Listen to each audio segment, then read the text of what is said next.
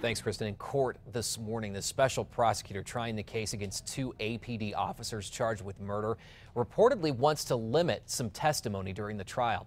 According to the Albuquerque Journal, during a hearing today, attorney Randy McGinn is expected to argue that fellow officers should not be allowed to express their opinions on the shooting death of James Boyd at the trial. McGinn says that many of the officers have already said they think Dominique Perez and Keith Sandy were justified when they shot Boyd, a homeless camper in the foothills in March 2014. McGinn is also expected to argue for a limit on testimony when it comes to Boyd's character. According to the Journal's report, she wants only info on what Perez and Sandy knew about him before it happened. After a hearing on Monday, a judge will decide what charges Perez and Sandy will face at trial. New this morning, a San Juan County man is in jail right now following a SWAT situation in Kirtland.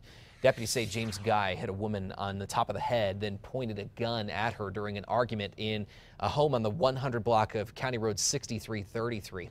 Deputies say they arrived at the home at around 5:30 and he refused to come out. They, along with the Farmington Police SWAT team, were able to enter that home after 4 hours. They say the suspect surrendered and is now being held at the San Juan County Detention Center on $20,000 bond. The Albuquerque firefighter dispatcher who hung up on a 911 caller now has a suspended license. Is he breathing? He's barely breathing. How many times can I tell you? Okay, you know what, ma'am? You could deal with yourself. I'm not going to deal with this, okay? No, my friend is dying. Matthew Sanchez hung up on the caller trying to help 17-year-old Manzano High student Jaden Chavez Silver. He was shot at a party last month. The Department of Health suspended the firefighter's emergency medical dispatch license and will decide if it should be revoked. Sanchez, who resigned on Tuesday, will have a chance to fight to keep his license. If it is yanked, he cannot be an emergency medical dispatcher in the state again. An 81-year-old woman tells News 13 she's thankful that she's okay after a couple took her car at gunpoint. APD arrested Martin Duran and Alicia Lopez at a tire shop near Louisiana and Zuni Wednesday after an 8-hour-long SWAT standoff. It all stemmed from the carjacking of the unidentified woman earlier in the day. Yesterday, she told us that Duran had been following her as she went to church, and when she got there, he pointed a gun at her and demanded her keys. 604 in the Albuquerque tire shop at the center of that SWAT standoff is back open for business today, but they've got a lot of cleaning up to do. This is what the Louisiana tire shop looked like yesterday, with broken windows, glass everywhere. For more than 8 hours on Wednesday, 2 carjacking suspects hid inside that shop. Eventually, Alicia Lopez surrendered, but it took several more hours for Martin Duran to come out. It's stressful. It really is. I mean, it's a headache being told that you've got to leave because of somebody being stupid. Lopez and Duran are both convicted criminals with long rap sheets. In May, the two allegedly carjacked a woman at the Downs Casino. Happening today, a child predator who got away with his crimes for decades begins his sentence in prison. He will spend time behind bars for a long time. Joseph Balea targeted young girls in the 80s and 90s. And in many cases, authorities say he attacked them as he walked home from school wearing a mask and threatening them with a knife. Balea was not charged until 2010 when DNA linked him to those crimes. In court yesterday, 2 of his victims spoke with the judge. I could not live alone until I was 24 because I was too scared of intruders. Even now, I sleep with a bat next to my bed, keep knives on me when I walk alone, and live in a house with bars on every window and door. The judge sentenced Balea to 54 years for a number of rapes. He was also sentenced last month to 36 years for the 1988 rape of a 13-year-old girl. Both sentences will run consecutively. We're staying on top of the upcoming sentence for a Rio Rancho man who sold drugs to a Santa Fe teen who died at a foam party. He's expected to hear what he'll face next week. In March, Eric Stone pleaded guilty to giving drugs to a minor. In 2013, Hannah Baruch died after taking a large amount of Molly. It's a form of ecstasy while at a dance party at Expo, New Mexico. He could face 3 years in prison when he's sentenced in a few days. Meantime, we're just days away from the start of school for many students, and this year the Isleta Pueblo is taking over its own elementary school for the first time in over a century. The Bureau of Indian Affairs has run Isleta Elementary since the late 1800s, but now the tribe is taking over. The campus has all new teachers, and the school's curriculum will also focus on preserving the tribe's language. The new principal says his goal is also to improve academics. On one hand, we have the core curriculum, and the other hand, we have Isleta language and culture, and we want to mesh the two. And that part where they intersect, that's what I call the sweet spot. Isleta is one of 4 pueblos in New Mexico to take over the operation of a school controlled by the federal government. It began the lengthy takeover process in June of last year. New Mexico is near the top of the list when it comes to school safety. That study by Wallet Hub ranked New Mexico 3rd in the nation for safety in the classroom. Researchers looked at bullying incidents, youth incarceration, and percentage of students who report being threatened or hurt. Colorado currently holds the highest school safety ranking. Time is 6:07. This morning, a former campus officer accused of murder in a traffic stop shooting is out of jail. Ray Tensing, a former University of Cincinnati police officer, pleaded not guilty at his arraignment and posted part of his $1 million bond. He's accused of killing Samuel DuBose during a traffic stop. Body cam video released this week shows Tensing shooting DuBose in the head during the stop, which took place earlier this month.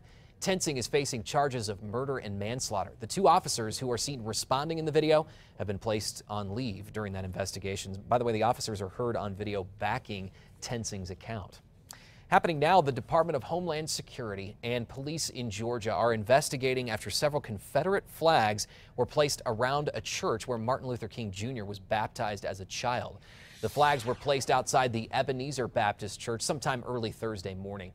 Investigators are hoping this surveillance footage that you see right here will help to identify the suspects. You can see them walking there. The 2 men in the video are the same men believed to have placed the flags around the church. One flag was placed under a poster that says Black Lives Matter. New this morning, Beijing has won its bid to host the 2022 Winter Olympics. The announcement came this morning from the International Olympic Committee. China beat out Kazakhstan. The win makes Beijing the first city to ever host both a Winter Olympics and a Summer Olympics.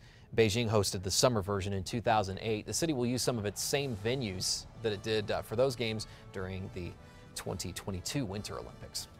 Animal control officers are still trying to figure out who owns a snake that terrified people living in a Texas apartment complex.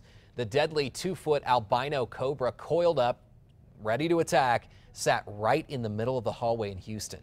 Residents gathered around the snake trying to figure out what to do, and one man tried to actually corner it. He used a toy robot to sort of force it into a corner, and when that didn't work, we talked about throwing a laundry basket over him or doing something, but we were worried that the snake was going to go someplace that we couldn't find him.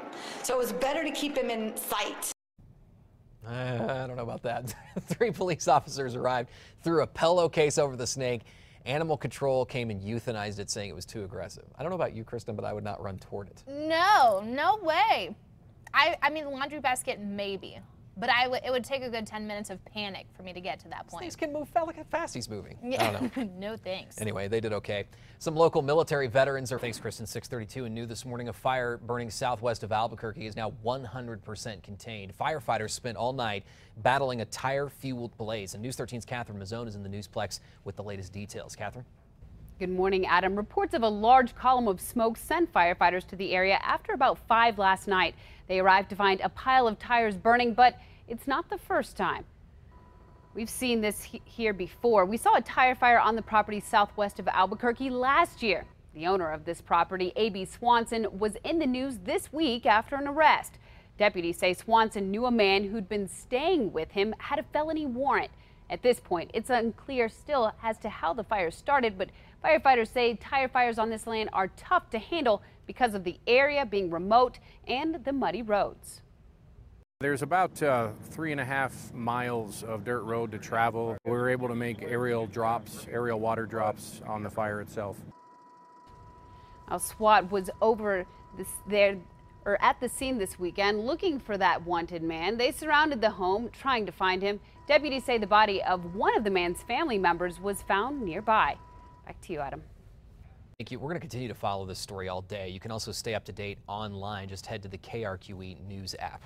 Developing this morning, UNM police are looking for a man who they say groped a woman in a campus parking lot. Officers say it happened about 9:30 yesterday morning near Johnson Field. A woman in her mid-20s was walking through the lot when an Hispanic man asked to use her cell phone. When she said no, police say he grabbed her rear end and took off.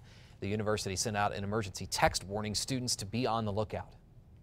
We don't want any of this going around, so we need to stop it, as soon as we can. So we hope we locate this guy. That man is described as being about 5'3" with slick black hair and gauged ears. This is now the 6th groping case on campus in just the last 2 years. Developing this morning, part of the airplane wing that washed up on a beach off Africa's east coast is now headed to France. Investigators there will try to figure out how it came off and see if it matches up with something that could have been underwater for nearly a year and a half. Authorities suspect the wing did come off a Boeing 777. That's the same model of airplane as the missing Malaysia Airlines Flight 370.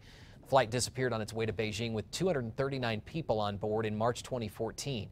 If this is indeed from Flight 370, it would be the first physical evidence of that plane since it disappeared.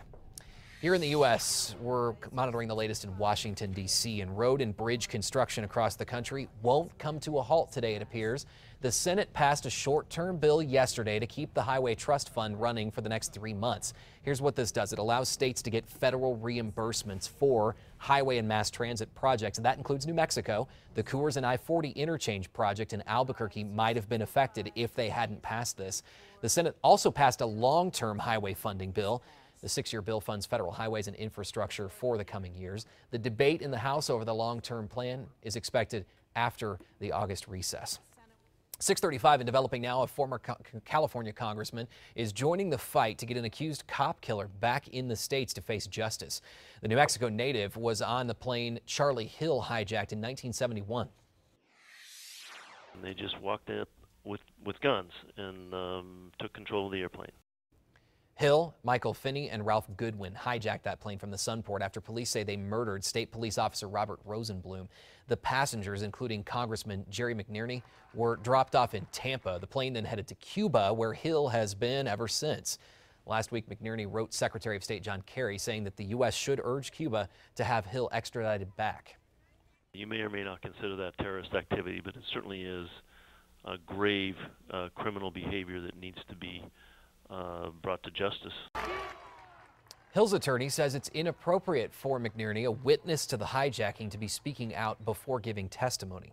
For more stories on the push to get Charlie Hill back, check out our KRQE News app today. For the first time, we're hearing the 911 calls made after the deadly movie theater shooting in Lafayette, Louisiana. From the calls, it's clear dispatchers did not realize how many people had actually been hit. At first, 911 dispatchers think only 2 people are shot, but when police go inside, they realize things are worse.